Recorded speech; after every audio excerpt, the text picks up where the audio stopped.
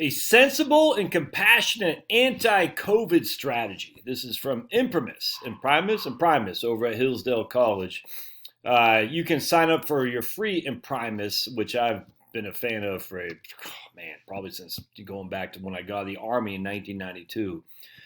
Jay Bhattacharya is a professor of medicine at Stanford who received both an MD and a PhD in economics. You might hear my dogs are in crate training right now, so you might hear them barking in the background. No worries. He's also research associate at MBER.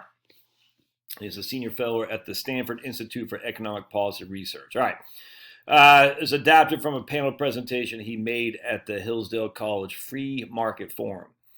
In discussing the deadliness of COVID, we need to distinguish COVID cases from COVID infections.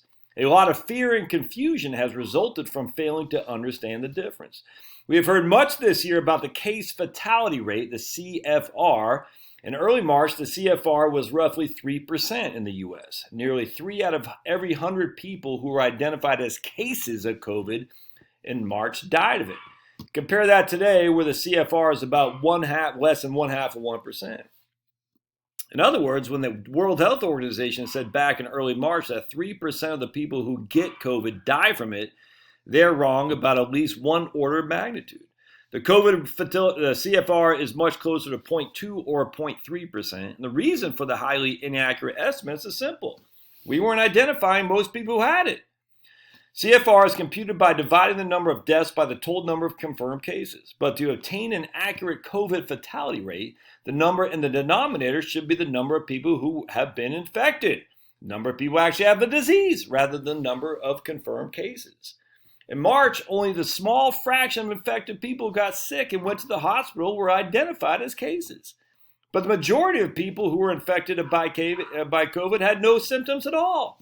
These people weren't identified in the early days, which resulted in a highly misleading fatality rate. In fact, it's interesting. Even back then, I was talking about this. I was talking about you're identifying the people who are self-selecting to go to the hospital to get checked. And of course, if you only have those certain group of people, you're going to say the CFR is through the roof. We knew, so frustrating. How do we get an accurate fatality rate? To use a technical term, we test for seroprevalence. In other words, we test to find out how many people have evidence in their bloodstream of having COVID-19.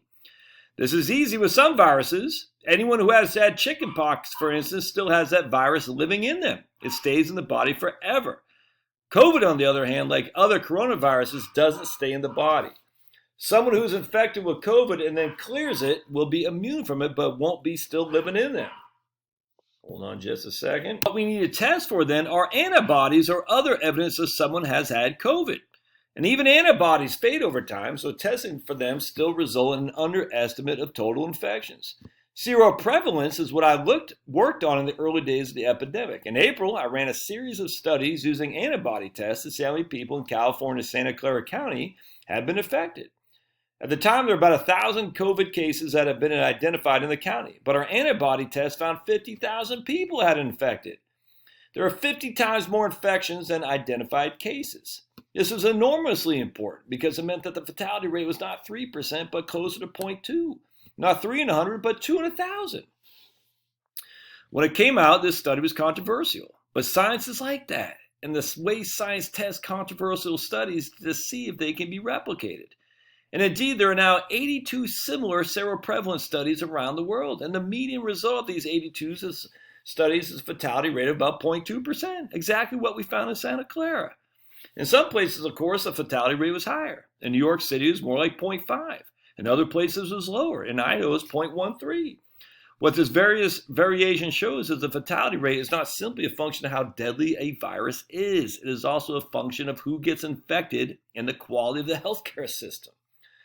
In the early days of the virus, our healthcare systems managed COVID poorly. Part of this was due to ignorance. We pursued very aggressive treatments, for instance, such as the use of ventilators, and in retrospect, might have been counterproductive. And part of that was due to negligence. In some places, we needlessly allowed a lot of people in nursing homes to get infected. Cuomo, friggin' rat fink. The bottom line, the COVID fatality rate is about 0.2%.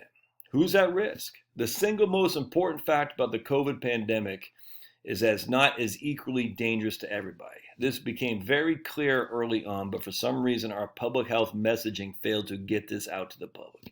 It seems a common perception that COVID is equally dangerous to everybody, but this could not be further from the truth. There's a 1,000-fold difference between the mortality rate in older people 70 and up and the mortality rate in children. In some sense, this is a great blessing. If it was a disease that killed children preferentially, I, for one, would react very differently. But the fact is, for young children, the disease is less dangerous than the seasonal flu. Can I say that? This year in the U.S., more children had died from the seasonal flu than from COVID by a factor of 2 to 3. Whereas COVID is not deadly for children, for older people it's much more deadly than the seasonal flu. If you look at studies worldwide, the COVID fatality rate for people 70 and up is about 4%.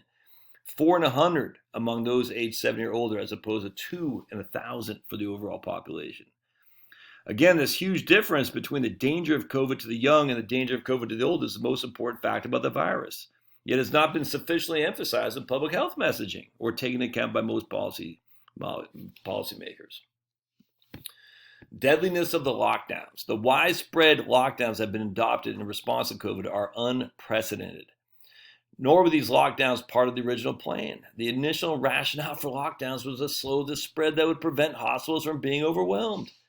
It became clear before long that this was not a worry. In the U.S. and in most of the world, hospitals were never at risk of being overwhelmed.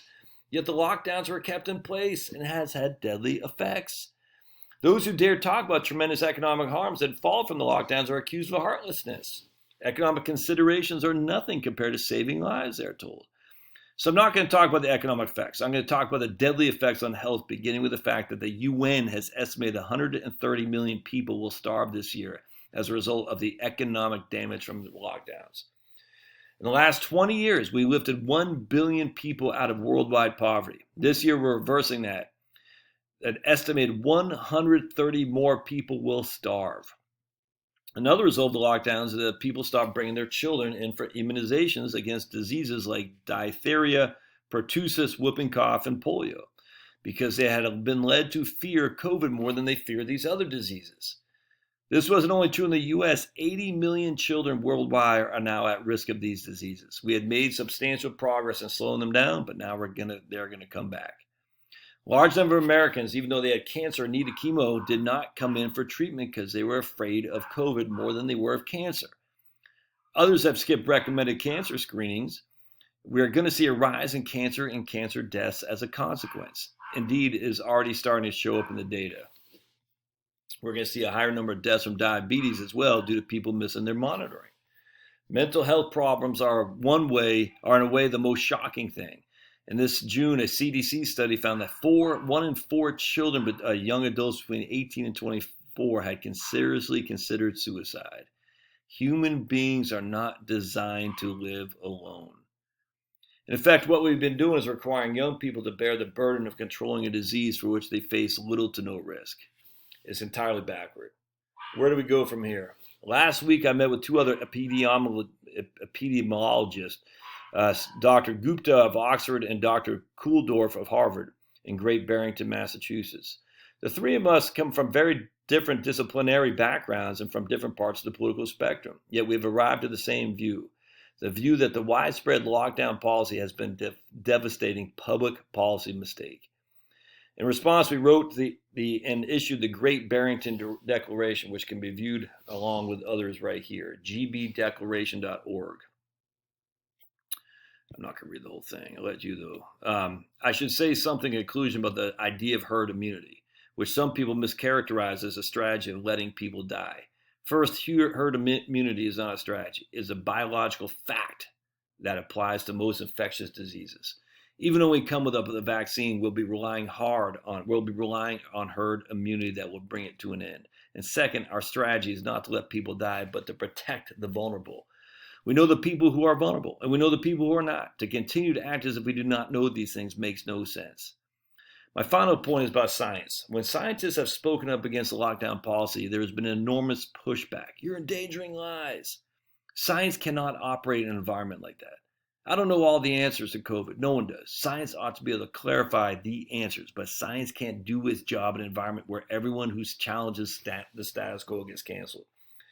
To date, the Great Barrington Declaration has been signed by over 43,000 medical and public health scientists and practitioners.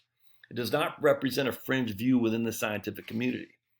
It's a central part of the scientific debate, and it belongs in debate. Members of the general public can sign the Declaration. Together, I think we can get on the other side of this pandemic, but we have to fight back. We're at a place in our civilization is at risk, where the bonds that unite us are at the risk of being torn. We shouldn't be afraid. We should respond to the COVID virus rationally, protect the vulnerable, treat the people who get infected compassionately, develop a vaccine. While doing these things, we should bring back the civilization that we had so the cure does not end up being worse than disease. All right, so I'm going to go ahead and sign this thing, right? I guess you can do it too. Let's see, sign the declaration. We're going to sign. There's these guys right here. That's in Harvard. Great Barrett. So I'm going to go ahead and sign this, and we're going to say Josh Scanlon, and 3004 is my zip code. Concerned citizen. I'll put my email in there later. But anyway, yeah, sign up for the Imprimis. It's a wonderful, wonderful resource that all should have, and it's free. All right, we'll see you.